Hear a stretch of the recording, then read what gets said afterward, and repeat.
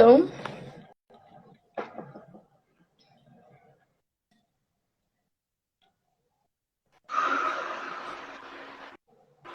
Olá, Olá, Wicca, tudo bem?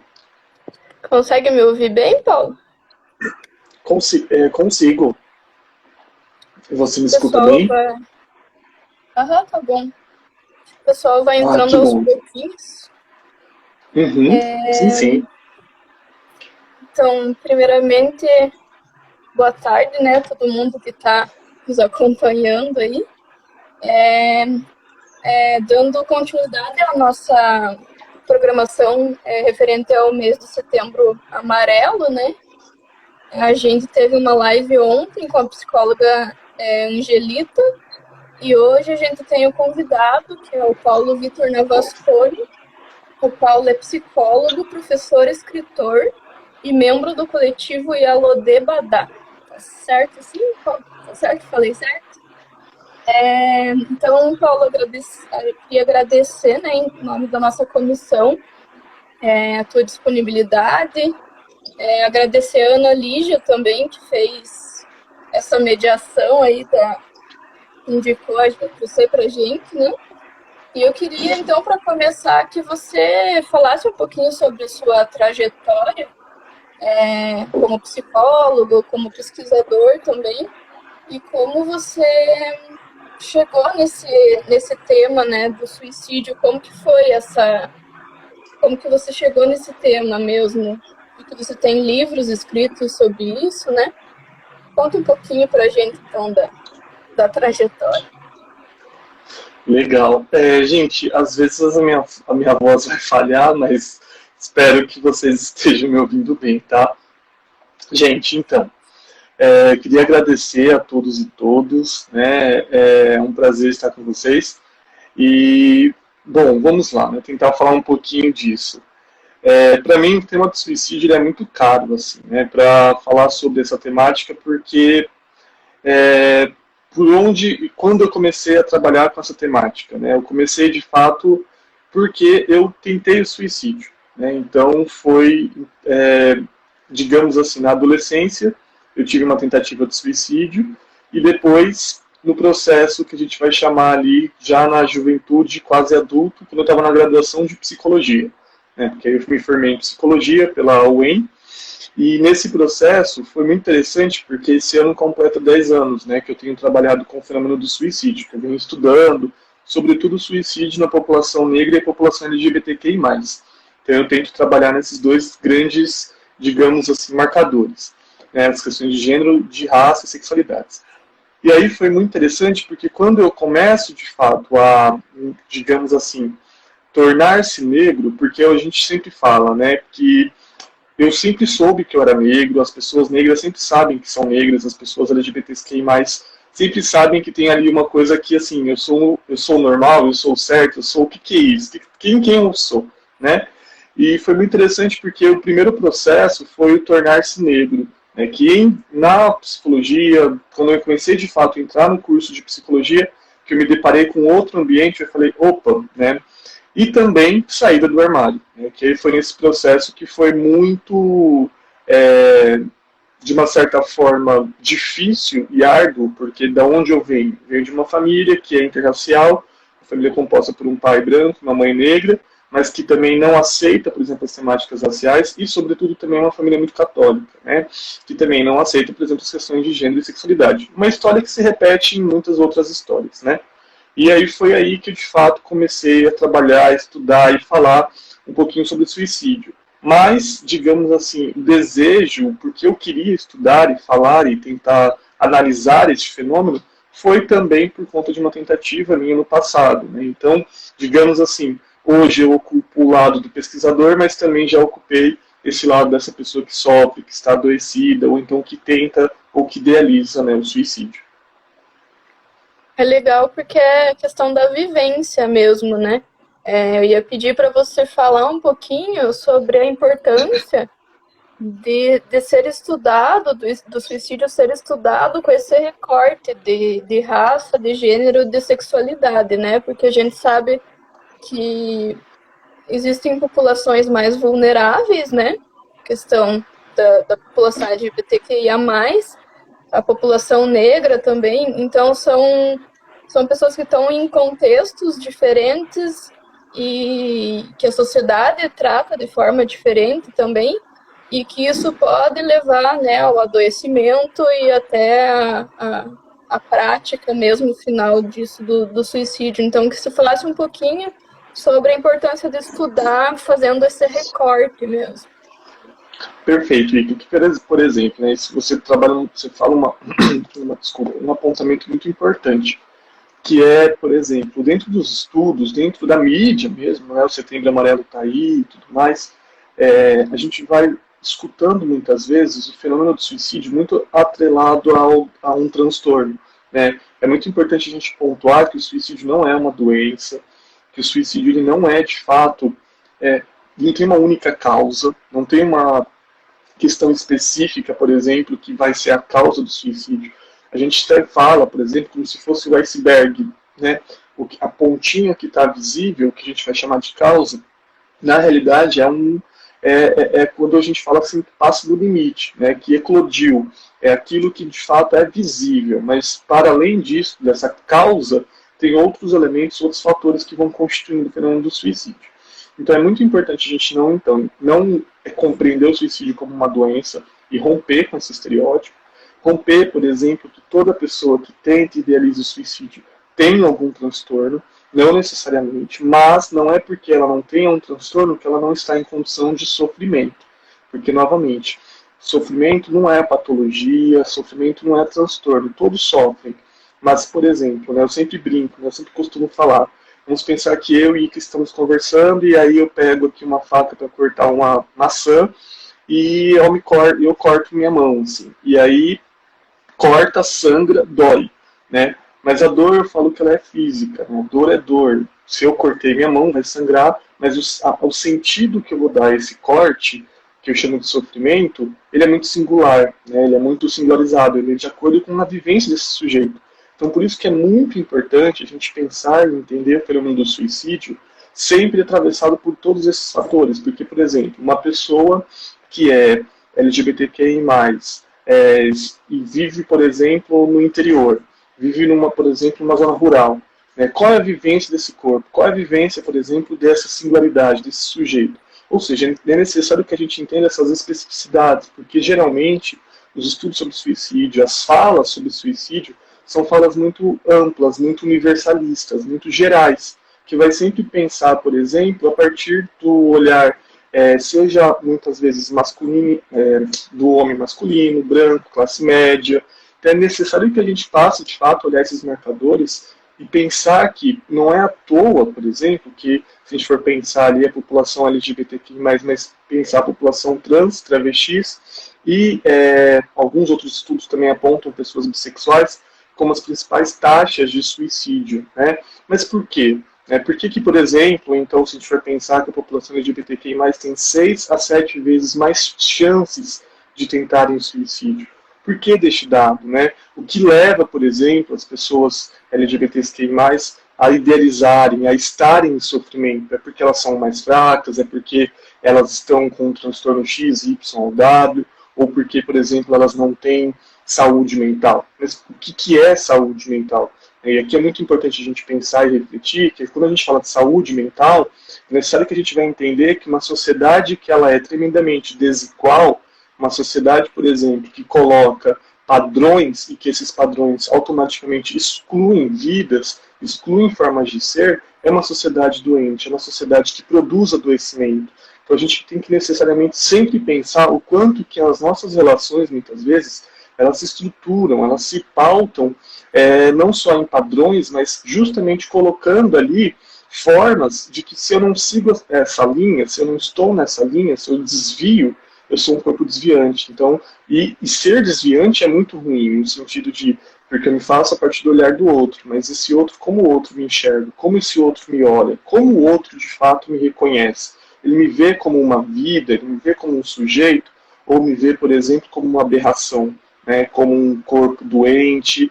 E aí, hoje, nós estamos falando, por exemplo, eu sou psicólogo, mas nós estamos falando de que Por exemplo, a psicologia ela é muito importante para não só pensar na psicoterapia, no cuidado, mas essa mesma psicologia que cuida é também uma psicologia que ainda acredita, por exemplo, na cura gay. Né? Então é muito importante pensar que esse sofrimento, esse adoecimento, não é somente produto do indivíduo, que é do íntimo. Para haver intimidade, eu preciso estar em relação, eu preciso estar inserido num contexto. Né? Então, não sei se vocês lembram, mas em 2016, se não me falha a memória, um caso de um adolescente, de uma criança, desculpa, que foi assassinado pelo pai. O pai matou a criança de 8 anos porque ele gostava de lavar louça e dançar a dança do ventre. Né? E aí o pai bateu tanto para tornar esse sujeito virar homem que esse menino veio a óbito. Né? Então, assim, a gente vive dentro de uma estrutura social que muitas vezes certos corpos têm medo de fazer as coisas mínimas, de sair. Né? E hoje em dia, agora a gente está aqui, né, pensando na pandemia, por exemplo, o isolamento social vai intensificando ainda mais, talvez, para não só ideações suicidas, mas para sofrimento. Porque muitas vezes, e eu escuto muito isso de alguns colegas, né? A sensação que eu tenho é que eu tenho que voltar para o armário, porque eu estou dentro da casa dos meus pais, eu estou aqui, é um inferno, porque as brigas, é isso, é aquilo, eu estou me sentindo depressivo, eu estou me sentindo apático, eu estou me sentindo triste, sufocado. E isso, né, não é que, por exemplo, é do sujeito, né? É um produto, é relacional isso, né? Então, quanto que o meio vai favorecendo para que a gente possa, muitas vezes, não só estar numa condição vulnerável, mas, sobretudo, produzir e intensificar sofrimentos. Então é muito importante a gente sempre entender, no mínimo, os 3 grandes marcadores, que é de raça, classe e gênero, no mínimo. Né? E sem tentar pensar o fenômeno do suicídio, ou então, por exemplo, a desigualdade, de um modo muito universal. Né? Sempre é importante pensar esses atravessamentos. Sim. Eu ia falar que essas questões que você está falando são as relações de poder, né? A gente tem, desde criança, né, na família, aí passa para a escola, que também tem as questões de bullying ali, que muitas vezes pode traumatizar, né, esse sujeito. As questões religiosas também, às vezes, acabam impactando dentro do trabalho também, né? Então, essas relações de poder acabam atravessando e fazendo com que esse sujeito esteja num contexto mais vulnerável, né? Como você tinha colocado. Exato. Eu tinha notado aqui alguns pontos para a gente conversar. Um dos que eu anotei foi um artigo que eu acabei lendo esses dias, que falava da percepção, a partir da percepção de quem tenta esse suicídio e como essa pessoa é acolhida no sistema de saúde, né? E aí, nesse artigo, tinha entrevistas com essas pessoas e elas relatavam, às vezes, procedimentos agressivos, maus tratos, brincadeiras de mau gosto, né? Então, queria que você falasse um pouquinho sobre isso, sobre a importância dessas pessoas estarem capacitadas para receber essa pessoa ali e acolher da forma correta, né? Desculpa. Perfeita pergunta, porque a gente vai pensar, por exemplo, que o suicida, a pessoa que tenta o suicídio, né? E é sempre bom pensar assim que que esse suicida é uma pessoa, tem uma história, tem uma vida, tem uma história que muitas vezes foi interrompida, né? E aí muitas vezes a gente sempre é muito importante pontuar que nem toda pessoa que tenta o suicida quer acabar com a sua própria vida, e sim quer de fato retirar um sofrimento, quer retirar uma condição de adoecimento, quer fazer deixar de sofrer, né? E isso é muito importante. Isso que você fala, eu gosto de trabalhar que a pessoa que tenta o suicídio, ela desestabiliza 3 grandes ordens. A ordem médica, cristã ou judaico-cristã, e a ordem do capital. A ordem cristã, porque quem pode tirar a vida? Só é Deus. Né? E aí chega esse sujeito, está cometendo um pecado, está fazendo qualquer coisa do tipo, e aí a gente vai pensar então quanto dos estereótipos, dos estigmas que vêm sendo atravessados e que vem formando o nosso imaginário social, né, de pensar que essa pessoa é uma pessoa suja, que é uma pessoa pecadora, que é uma pessoa que está na loucura, que é uma pessoa que não está, digamos assim, sempre quando as pessoas falam assim, ela está louca, né, ela está possuída, qualquer coisa do tipo. Outra questão muito importante é que desestabiliza a ordem médica, que é justamente isso que você aponta, que a medicina, os cursos de saúde, a psicologia, a área médica, por exemplo, ela é formada para quê? Para salvar vidas. Né? E aí chega esse sujeito no meu plantão aqui querendo se matar, o que está acontecendo? Então ele vai sofrer, fica aí no canto. E a nossa sociedade, uma sociedade que ela se aprende a se desenvolver, ela educa através da agressão. Né? Eu bato para ensinar. Eu estou te batendo, mas é amor. Né? Então, assim, a gente aprende através das punições. E isso é muito importante porque, infelizmente, né, os manejos, as formas de manejo, as formas de cuidado frente à tentativa de suicídio, muitas vezes não são ensinadas nos cursos de enfermagem, de psicologia, nos cursos da área de saúde, nos cursos de licenciatura. Não falamos, por exemplo, sobre a morte, não falamos sobre, por exemplo, o tema do suicídio. E aí deixamos, muitas vezes, somente para falar em campanhas, como, por exemplo, Setembro Amarelo, mas, na realidade, é uma questão de saúde pública e de políticas públicas. É uma questão que deveria ser colocada, pautada, discutida em todos os setores, não somente, por exemplo, no setor da saúde, no setor da educação ou da assistência, né? Ou, por exemplo, no setor mercadológico. É preciso que a gente comece, de fato, a pensar não só nessas temáticas, mas na forma de cuidado, porque, infelizmente, e aí vamos pensar aqui comigo, se chega, por exemplo, um corpo que é desviante, vamos pensar, por exemplo, uma travesti que tentou suicídio, chega ali na emergência, chega na urgência, como que vai ser tratada? Já tem 3 estigmas, né? Porque se a gente vai pensar que ela, então, um corpo desviante, por ser, por exemplo, uma travesti, uma pessoa trans, que tentou suicídio, vamos colocar aqui um outro agravante, sei lá, uma pessoa negra, né? Então, travesti, negra, e que tenta o suicídio. Como que vai ser o manejo? Como que vai ser o olhar dessa pessoa? Muitas vezes, não só vai ser um olhar de raiva, de ódio, de punição, mas, sobretudo, de deixar ali esse corpo como um corpo descartável.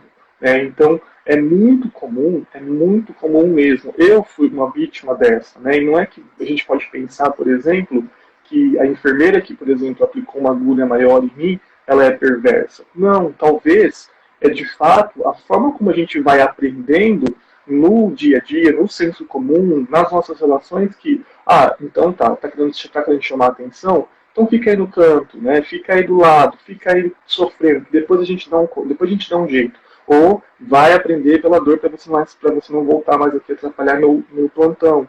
Então, assim, isso é muito presente. A gente precisa humanizar as nossas técnicas, humanizar as nossas formações. E, infelizmente, isso é uma prática que é muito recorrente. Né? E desestabiliza também a ordem do capital, porque a gente cada vez mais vai criando meios de viver, né? Prolongar a vida. E a gente não fala de morte, a gente não fala de tipo de vida que é essa que a gente está vivendo. E a gente mantém vidas a todo custo e a qualquer custo. Né? Vidas, muitas vezes, que não são vidas vivíveis, mas que está lá. Importante que esteja vivo. Né? Então, eu sempre falo, não adianta nada a gente diminuir as taxas de suicídio, mas terem vidas que são vidas adoecidas, vidas que são vidas não vivíveis. Então é muito importante que a gente passe a pensar em prevenção, promoção da saúde mental, mas de forma integradora. Políticas públicas, né, que a gente vê que na maior parte das áreas não tem focadas para a população LGBTQIA+. Então, é bem complicado, né? E que essas pessoas, né, que estão ali na linha de frente para tratar essa pessoa que chega de vítima do suicídio, que elas não tratem como uma, mesmo que pareça falso, né, ou de caráter manipulador, né, que seja tratado como é um assunto sério mesmo, né, e não como uma forma de aparecer ou de qualquer outra coisa. Exato.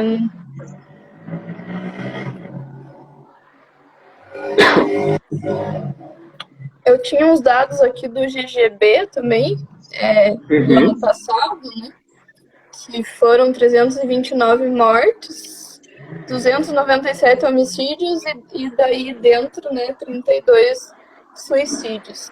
A gente sabe que esses números são os que a gente tem acesso, né?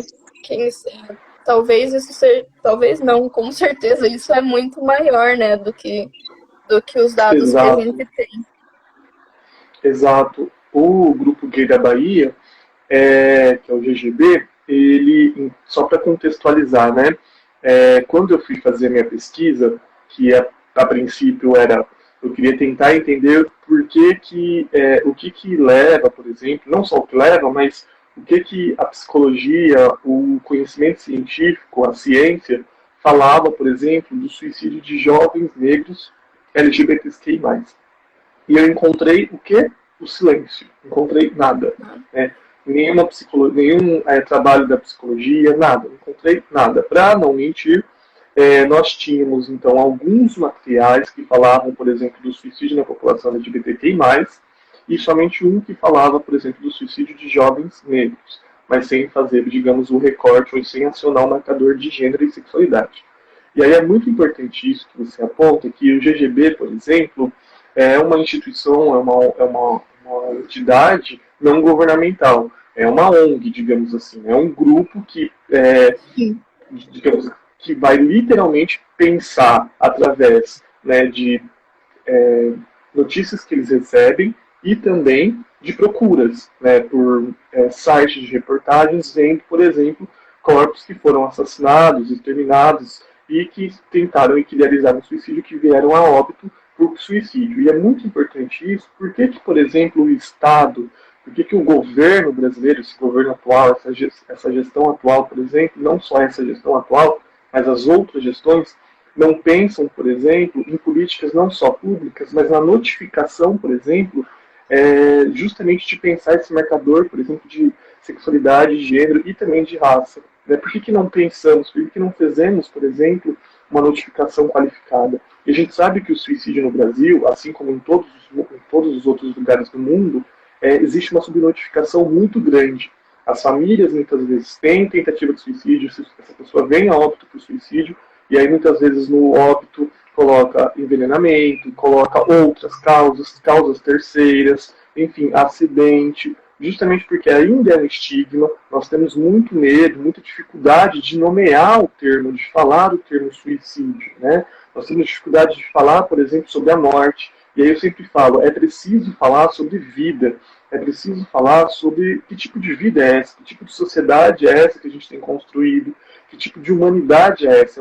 É uma humanidade que preza, que cria e que luta de fato por uma pluralidade de vozes, de existência, ou é uma sociedade, uma humanidade que abomina, né, que aniquila as diferenças? Porque isso que você aponta nos dados é muito importante, eu tenho certeza. E aí eu fiquei praticamente 2 anos, todos os dias, vendo notícias, reportagens. Eu pedia para as pessoas mandarem para mim relatos de pedido de ajuda de pessoas LGBTQI+, e pessoas negras, e eu consegui mais ou menos um repertório de quase 400 pessoas em um ano, né? Então, assim, esse número é muito maior.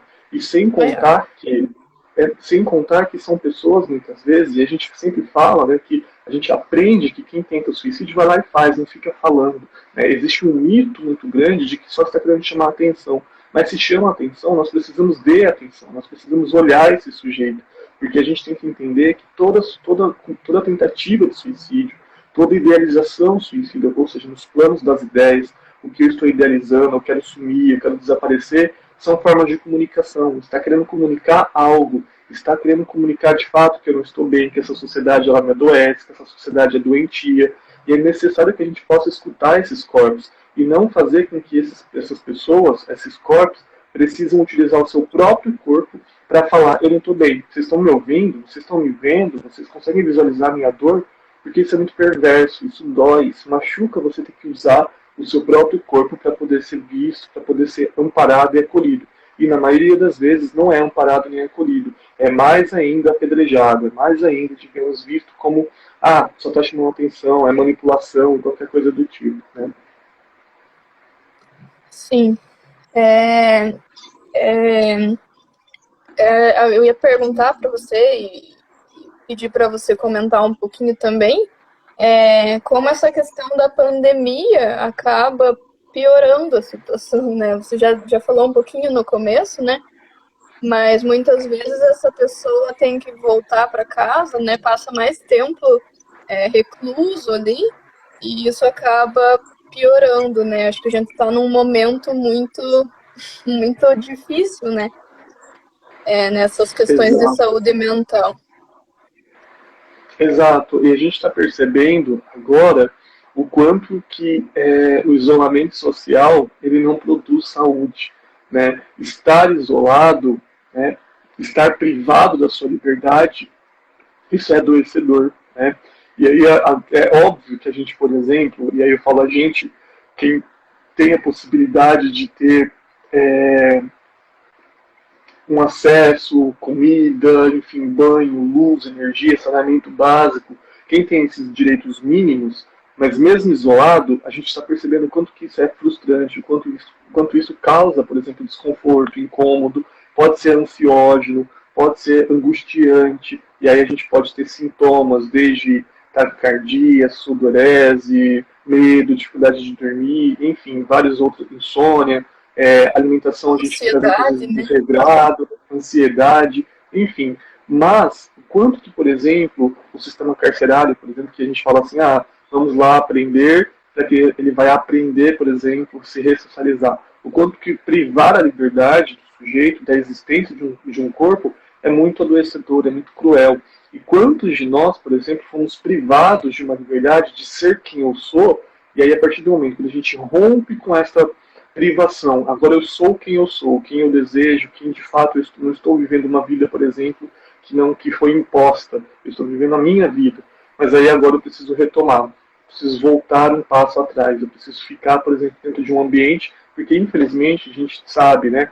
Mas em casa meus pais me aceitam, ok, que bom, mas infelizmente essa não é a regra, é uma exceção. A gente está falando de um país que mais matam pessoas LGBTs no mundo, né? E assim, se a gente for pensar que a cada 26 horas uma pessoa LGBTQI+, ou é assassinada, ou comete, né, de fato, ela vem a óbito por suicídio, isso é uma questão muito...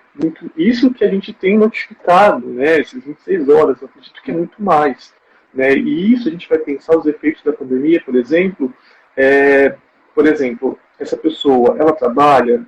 Não trabalha. Como ela tem renda, ela tem uma renda própria, ela tem a possibilidade de, por exemplo, de conseguir sair, romper com esse ambiente, com esse cenário, por exemplo, violento, ou não. Ela tem, por exemplo, a possibilidade de ter, ela tem uma rede de apoio, porque alguém colocou ali em cima, agora há pouco, que a maioria das pessoas LGBTQI+, muitas vezes, acabam tendo uma segunda família, um segundo grupo familiar, porque, por exemplo, o seu grupo primário, a família em si, não torna-se de fato uma família. Então, os amigos passam a ser uma família, enfim, os outros companheiros de trabalho, ou dentro do trabalho, por exemplo, né, que é muito comum várias pessoas serem assediadas, e aí o assédio moral e o assédio físico estão presentes e que também estão como uma das principais causas, né, do suicídio. E aí lembrando que o suicídio não tem uma única causa, múltiplos fatoriais, mas enquanto que, por exemplo, você não poder se sentir, não poder se representar, não poder falar no seu ambiente de trabalho, no seu contexto familiar,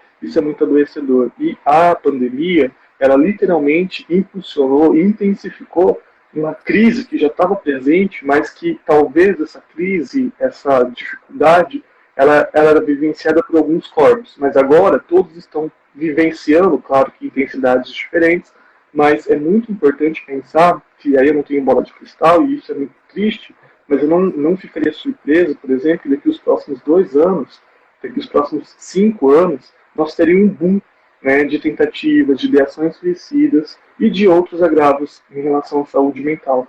Porque, novamente, esse contexto no qual eu tenho, por exemplo, estou recebendo auxílio emergencial, R$ 300, R$ 600, mas o que a gente necessita é sobreviver, é possível sobreviver com esse salário, com esse dinheiro, não é, sendo que a gente vai pensar, por exemplo, que um pacote de arroz está R$ 30, R$ 40, né? Como sobreviver, aqui eu não estou falando de viver, estou falando de sobreviver, que é de ter ali um mínimo para poder sobreviver, para poder lidar com o amanhã. E aí o amanhã torna-se adoecedor, torna-se impulsivo, eu não quero pensar, e aí eu não tenho, por exemplo, uma rede de apoio. E aí a gente sabe que nós temos a unidade básica de saúde, que oferta tratamento, a oferta de fato, por exemplo, essa escuta e acolhimento, primeiro acesso, atenção primária, né?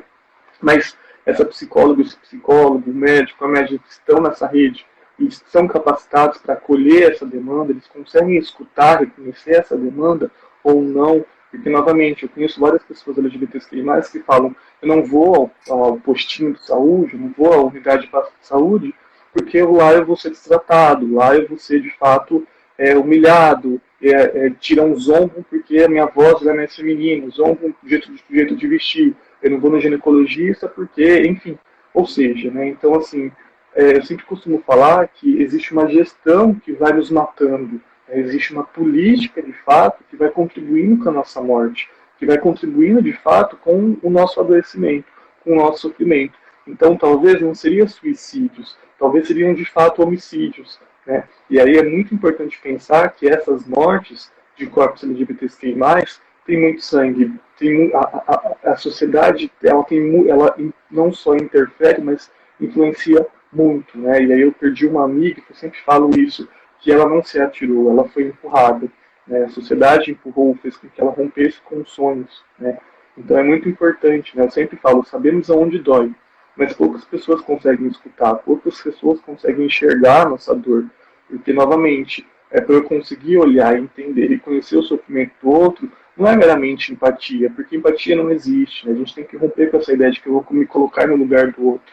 Eu não consigo colocar no lugar do outro, não consigo sentir a dor do outro, mas é necessário, é preciso que eu possa reconhecer essa dor, de fato que essa dor é legítima, que essa dor existe, e entender que não é uma dor oriunda da Wicca, do Paulo, ou que está dentro de mim, mas é uma dor que vem sendo constituída por uma série de fatores, que aí são fatores que vamos pensar do quanto que dessas relações de poder, do quanto que a sociedade vai produzindo estigmas, estereótipos e cada vez mais discriminando, direto e indiretamente. E toda discriminação faz adoecer, provoca humilhação, provoca sofrimento. Eu tenho uma professora do mestrado que sempre diz que a cabeça pensa ou fala, né, de onde os pés pisam. Então, é bem isso da vivência mesmo, né? E desse contexto geral que acaba virando uma experiência individual, né? E essa forma como a sociedade lida mesmo com essas pessoas acarretando no adoecimento, né? Exato. O Brendo tá mandando alguma coisa ali, mas eu não tô conseguindo ler. Você consegue ver aí, Paulo? Eu acho que ele pergunta sobre o que a gente pode fazer em relação para ajudar amigos e amigas que estejam enfrentando uma situação de sofrimento, né? E aí, Brendo, justamente o primeiro passo, né? Eu sempre falo isso tanto para psicólogos e também para pessoas que não são profissionais qualificados, né, na área, enfim. O primeiro passo, gente, gente, desculpa que minha voz às vezes pode sumir, mas estou aqui, tá? O primeiro passo é justamente pensar não só no reconhecimento dessa dor, desse sofrimento, dessa condição que esse sujeito está, mas é acolher. E aqui pode parecer até um clichê, pode até parecer tipo, ai, nossa, já estou cansado disso. Mas é muito importante, gente, entender que essa pessoa que, por exemplo, está com ideação suicida, muitas vezes, na maioria das vezes, na realidade, essa pessoa, ela tem uma cognição, ela está com um pensamento que ela se estrutura por três grandes questões, que é muito ambivalente, ela está sentindo tudo muito ambivalente, bom ou ruim, ou, por exemplo, eu quero viver, mas eu quero morrer, eu não aguento mais essa condição, eu não aguento mais os meus pais, eu não aguento mais esse trabalho, eu não aguento mais essa faculdade, enfim, é um processo muito ambivalente. Eu quero viver, mas eu não quero mais essa condição. E aí que eu sempre aponto que a maioria das tentativas de suicídio, de fato, não querem acabar com a sua própria vida, querem retirar uma condição que adoece, querem tirar um sofrimento que acometem. Então, tudo é muito ambivalente. Então, um outro ponto, é um pensamento muito rígido, né? Não tem outra saída, não tem outra perspectiva, eu não vou conseguir, enfim, não vai dar conta, eu não vou sair disso, eu sou um nada. eu não valo nada, não tenho nenhum sentido, não tenho nenhum valor, enfim, falas e frases como essas muitas vezes estão muito presentes também. E uma outra questão é que é a impulsividade, né, que em momentos de crise, em momentos de situações no qual, por exemplo, eu estou literalmente sem o chão, tudo fica muito impulsivo, né? E qualquer situação, por exemplo, eu mando uma mensagem, meu amigo não vê, né? E aí, nesse ato de, tá vendo, nem ele que falou que ia estar aqui comigo não tá, então eu sou um nada mesmo. E aí, muitas vezes, nesse ato de impulsividade, acabam tentando, idealizando, ou, enfim, é, tentando o suicídio e tudo mais. Então é muito importante que a gente possa ter dimensão disto para tentar ser não só uma rede de apoio, uma rede de segurança, mas fazer com que essa pessoa consiga integrar os sentimentos. Porque naquele momento de crise, a gente é importantíssimo pontuar que é um momento que isso não vai ser, de uma certa forma, para sempre, ainda mais pensando na juventude, nos adolescentes, que cada vez mais, né, vivenciam de uma certa forma muito intenso todos esses processos e não são escutados, são reconhecidos muitas vezes como aborrecentes, como sujeitos que não têm voz, por exemplo. É importante que a gente possa não só legitimar a voz desses sujeitos, mas fazer, demonstrar, ser quase que um ego para essa pessoa, é ser quase de fato como um óculos, uma lente para esse sujeito, poder enxergar que aquilo é um momento, que é uma crise, que, por exemplo, é preciso que a gente faça, por exemplo, então tá, eu vou com você até, por exemplo, ao OBS, mas eu sou menor de idade, então eu posso fazer a mediação com os seus pais, ou com o responsável, eu posso acessar, conectar a escola, porque é necessário que a escola possa, de fato, também esteja presente ali, ou, por exemplo, né, o que eu posso ofertar, e isso é muito importante, gente, não coloquem, não façam, não falem, por exemplo, que eu me ligue qualquer hora, né? Ou então não façam, como eu posso dizer, quase que de uma certa forma pedir. Muitas vezes a gente fala assim, eu estou aqui para todos os momentos, eu estou aqui, você pode confiar em mim, mas, gente, para uma pessoa muitas vezes que está em situação de crise, ela não só escuta, mas entende muitas vezes de modo literal, né? E eu tive vários problemas, né, no contexto clínico, muitas vezes, de que alguns colegas falavam, pode me ligar a qualquer momento que eu vou te atender, né? E não atende porque está em terapia, porque está em atendimento, porque está com o celular, acabou a bateria, enfim. Então sejam muito, como eu sempre falo, um ego auxiliar, seja muito realista. A gente vai dar o princípio de realidade para essa pessoa, a gente vai trazer ali, quase que colocar essa pessoa, digamos assim, reestruturar ela. Então, escutar, acolher, fazer com que essa pessoa consiga externalizar seus sentimentos, seus sofrimentos, sem precisar, por exemplo, utilizar o seu próprio corpo, sem precisar, por exemplo, utilizar outros mecanismos adoecedores, sem utilizar outros mecanismos, por exemplo, que provocam dor, que provocam, enfim, mais intensificação de dor. Né? E aí, por exemplo, as formações pedagógicas, né, como acho que o Lu coloca, infelizmente, né, colocam lá, por exemplo, somente um dia para falar de gênero, para falar de sexualidade, isso quando tem, né, porque infelizmente a gente sabe que a gente está dentro de um contexto que a ministra dos Direitos Humanos e todos os outros ministros e o próprio presidente afirma e apontam que existe uma ideologia de gênero, né, que existe, enfim, né, uma cura, não só cura gay, mas, enfim, que existe um movimento gaysista, enfim.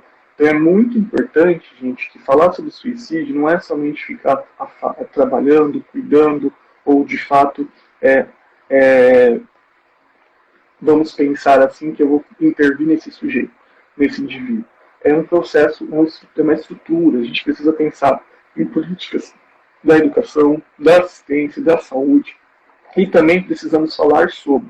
E falar sobre de modo muito cuidadoso, muito responsivo, porque em 2015, quando a campanha de Setembro Amarelo vem para o Brasil, essa campanha ela vem justamente na ideia de tentar falar sobre. Mas, infelizmente, o que acontece? Aí a gente vê campanhas como: se você estiver mal, eu abro meu inbox, venha falar comigo, meu direct, venha falar comigo. Gente, não, né? E sem contar que acabou virando uma questão mercadológica também, né? Então, é atrativa, que rende capital, que rende, né, dinheiro e tudo mais. Então a Uma gente tem que começar a travadinha. pensar e tomar cuidado. Opa!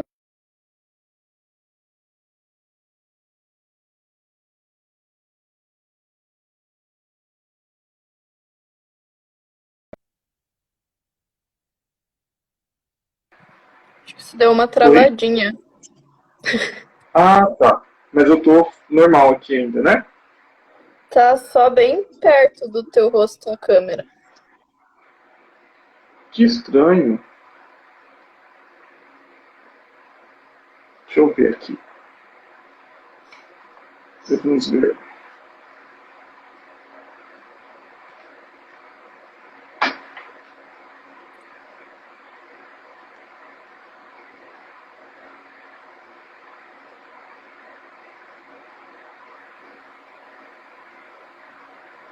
Pra você tá normal? Tá normal. Tentar chamar o Paulo de volta.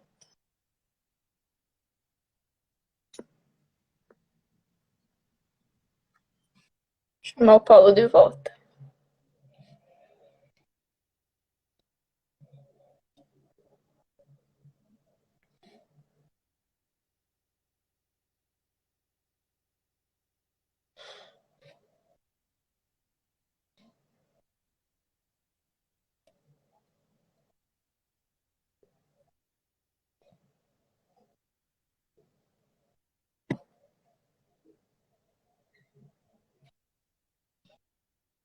Acho que deu um probleminha com a internet lá do Paulo. Esperar um pouquinho ver se ele consegue voltar.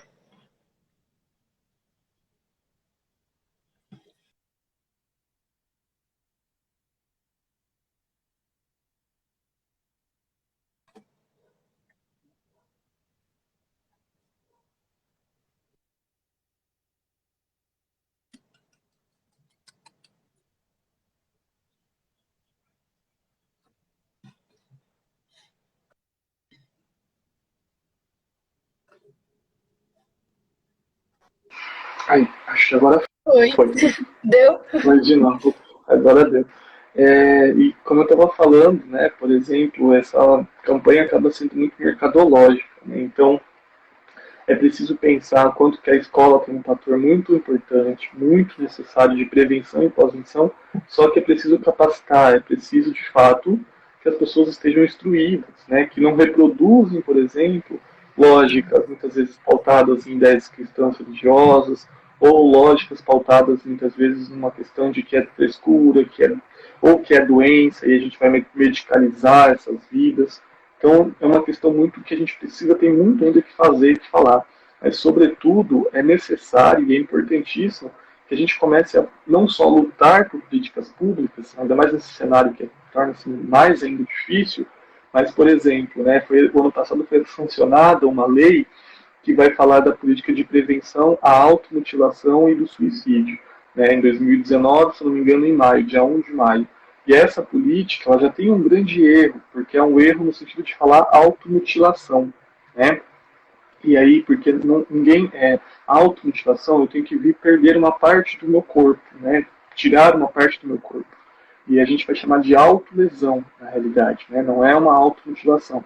Então, assim, já começa com um erro conceitual, e essa política, ela é uma política que, infelizmente, não contempla as questões de gênero e sexualidade, não contemplam, por exemplo, as questões de raça, não contemplam, por exemplo, as políticas, por exemplo, de redução de danos, da RAPS, que é da Rede de Atenção Psicossocial, enfim. Então, assim, nós temos uma única política que vai falar sobre suicídio e tentar pensar, né, na promoção de saúde, mas é uma política que não pensa, por exemplo, nos corpos dissidentes, nas pessoas que são colocadas fora do padrão.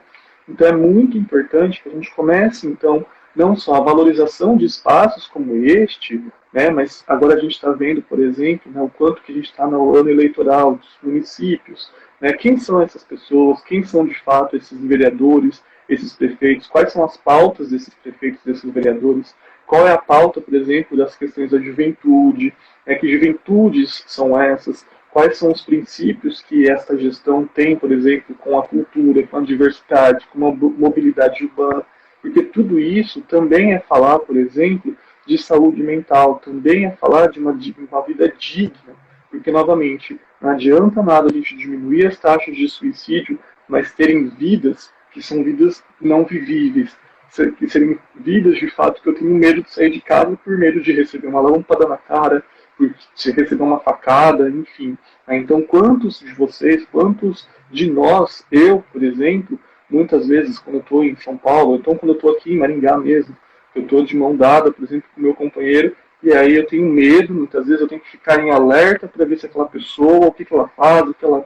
Ou seja, a gente está em constante alerta. Então, como não vir adoecer? Como não, por exemplo, criar sentimentos, muitas vezes, de persecutoriedade, sentimentos de ansiedade, não só sentimentos, mas uma sensação ansiógena muito intensa, muito grande.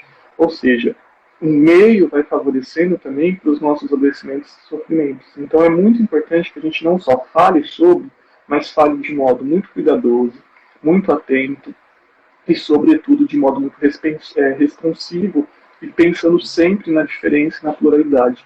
Porque a diferença ela deve ser valorizada, a diferença ela deve ser, de fato, sendo a pauta principal das nossas discussões. Mas a diferença que causa desigualdade na vida, desigualdade na forma de viver e desigualdade na forma de morrer, essa diferença a gente deve combater. A gente deve, de fato, desestruturar. Eu acho que a questão principal aí é a gente ajudar, mas sempre encaminhando para uma ajuda profissional, né? Que a pessoa capacitada mesmo para fazer isso. Na live de ontem a gente teve uma psicóloga daqui da cidade mesmo, e ela falou um pouquinho sobre um grupo terapêutico LGBTQIA+, que foi feito na UEPG aqui. Então, era voltado para os acadêmicos, né? E acho que essa população mais jovem também, né? Focar nisso também. E ela tava falando disso mesmo, de encaminhar para pessoas profissionais, né? Porque muitas vezes ali você abre o teu inbox, alguma coisa nesse sentido para conversar, mas você não tem aquele preparo para lidar com determinadas situações, né? Então, acho que é mais nesse sentido mesmo de encaminhar sempre que a gente pode. A gente sabe que tem muita gente que não tem condições, né, de frequentar um psicólogo, fazer uma terapia. Hoje em dia, a gente ainda tem aquelas questões, psicólogos têm aquele valor social, né, às vezes convênios também, mas facilita um pouco, mas a gente sabe que não é também todo mundo que tem esse acesso facilitado, né? Essa ajuda profissional. E sempre pontuar a importância do Sistema Único de Saúde, né? Que nós temos, então, os valores sociais, nós temos os grupos voluntários, os grupos que visam, né, acolhimento, mas também nós temos as unidades da saúde, que a gente tem os CAPs, que é importantíssimo também valorizar esses espaços, né? E pensar justamente isso que você afirma, né? Que o que a gente pode fazer enquanto humano é não só reconhecer esse sofrimento, essa dor do outro, mas, sobretudo, né, reconheço, acolho e disponho, esteja disponível para esse sofrimento, mas, sobretudo, encaminhar, indicar por uma escuta qualificada. Né? Mas nem todas as pessoas que estão em sofrimento vão precisar, por exemplo, de ajuda especializada, vão precisar de uma ajuda técnica, de uma ajuda psiquiátrica, psicológica, talvez apenas uma escuta já é suficiente, já é de fato necessário. Então é preciso que a gente comece a escutar essas pessoas sem julgar, sem de fato colocar ali estigmas e fazer com que, eu sempre brinco, né, sempre falo com os meus alunos, como a gente está numa discussão, será que a gente de fato dialoga ou cria monólogos? Porque na maioria das vezes a gente já está escutando o outro para identificar o erro, o que eu vou falar, o que eu vou contrapor, né? Então, que a gente possa escutar de forma curiosa, que a gente possa escutar de forma presente, né? Uma forma amigável, uma forma humanizada. Né? Então, acho que a gente precisa repreender muitas coisas, reaprender muitas formas de escutar, de viver, de conversar, de dialogar, mas, sobretudo, de identificar que aquilo, por mais simples que possa ser, por mais banal que possa ser a dor do outro, mas é uma dor real, é uma dor existente. Não é que para mim, por exemplo, talvez aquilo possa ser tão pequeno, mas se aquela pessoa, naquele momento, naquela situação, talvez ela não tenha estrutura sequer para poder enfrentar, para poder sair da cama. Então é necessário, é preciso que a gente possa entender não só que a minha dor, ou que não existe uma régua de sofrimento, né? Não existe uma regra de quem sofre mais. As opressões, elas se intercruzam, todas as desigualdades devem ser combatidas. Então é muito importante que a gente jamais esqueça isso. A questão é que cada um sente isso de um jeito, né? E vivencia de uma forma e as percepções mudam, né? A gente tem ainda mais uns minutinhos, 10 minutinhos. Não sei se você quer colocar mais alguma coisa, Paulo. Pontuar mais alguma coisa. A gente pode até mesmo falar justamente isso que você afirma agora sobre o sofrimento, né? Que eu sempre trabalho com a ideia de que o sofrimento ele é político. Por que o sofrimento é político? Né? Justamente da gente pensar a importância de que, por mais universal que ele seja, todo mundo sofre, mas esse sofrimento ele é político no sentido não de partidos, mas de que ele acontece, ele é produto, ele é oriundo das relações sociais. Né? Nós somos sujeitos sociais, né? Então, assim, o sofrimento, por mais que todos sofrem, atingem todos e todas, tem as particularidades.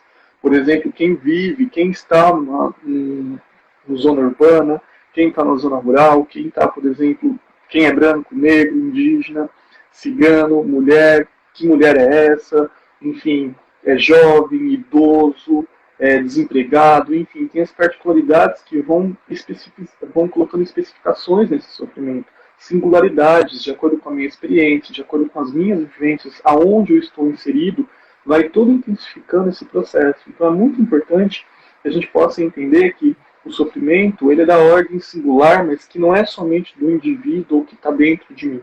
Esse sofrimento ele é construções, né? Eles são atravessados por diversos fatores, sobretudo fatores sociais, culturais, econômicos. Né? Então é bastante importante frisar isso. E sempre pontuar que o suicídio não é uma doença, que o suicídio de fato não é frescura e, sobretudo, que é necessário, é fundamental que dentro dos movimentos LGBTQI+, também, possamos ter um espaço de não só de cura, mas também um espaço de acolhimento. Cada vez mais eu vejo quanto que esses movimentos muitas vezes vêm reproduzindo lógicas e ideias heteronormativas, vêm reproduzindo lógicas não só racistas, mas também que visam ali quase que aquela famosa frase do Paulo Freire, né, que é quando o oprimido torna-se o opressor. A gente cada vez mais vem justamente esquecendo de fato quem é nosso inimigo, né, porque na verdade eu acho que é muito importante a gente pensar. Né, a gente tem que pensar sempre na questão de que existe o ignorante ou a ignorante e existe o inimigo. Né. A pessoa ignorante a gente consegue dialogar, a gente consegue de fato repensar, reestruturar e tornar-se talvez aliado. O nosso inimigo não. Então a gente talvez tem que começar a repensar também as formas de autocuidado, de autocompreensão e de não só autoamor, porque novamente eu falo sempre isso, que o racismo e a heteronormatividade, a heterossexualidade compulsória nos tirou a possibilidade mais importante do humano, que é do amor a si próprio. É preciso também não só amar a si próprio, mas sobretudo pensar e estar dentro de redes que nos acolham, redes que possam nos sentir seguros e pertencentes. Porque uma pior morte é justamente viver uma vida que você não se sente pertencente a nada. Né? Então é preciso que a gente possa se sentir pertencentes, cuidados, amparados e, sobretudo, acolhidos. Mas para isso é preciso ter investimento de políticas públicas, é preciso ser escutado, é preciso ser amparado. Então, assim, não é somente um problema individual, é um problema que atravessa e que acomete todos e todas. Um problema coletivo, né? E que, como você falou no comecinho lá, a gente vê que no mês de setembro essas discussões ficam muito mais presentes, né? Mas deveriam estar aí durante o ano inteiro, né? Porque é uma questão bem, bem complexa e bem complicada e que acaba às vezes sendo mais midiática, né? Como você colocou, mercadológica também. E acho que seria isso. Não sei se você tem mais alguma coisa para colocar. Não, eu acho que é isso mesmo.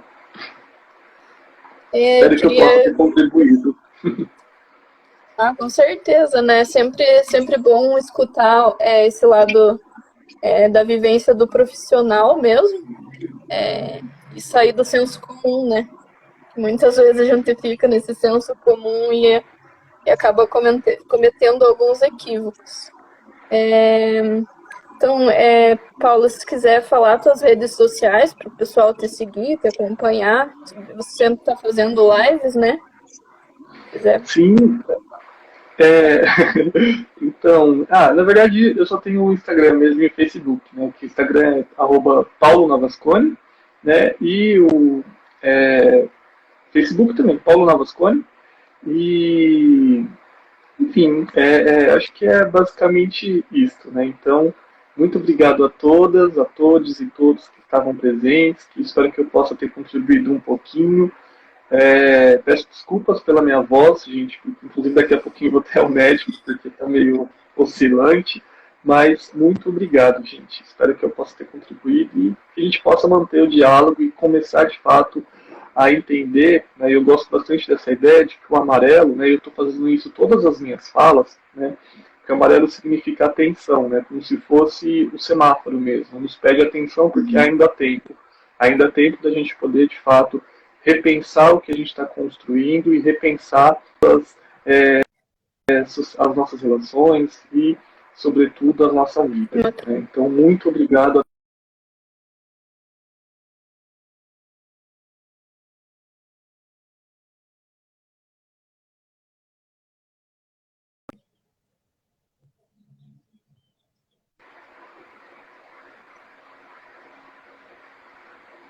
Tá me ouvindo, Paulo?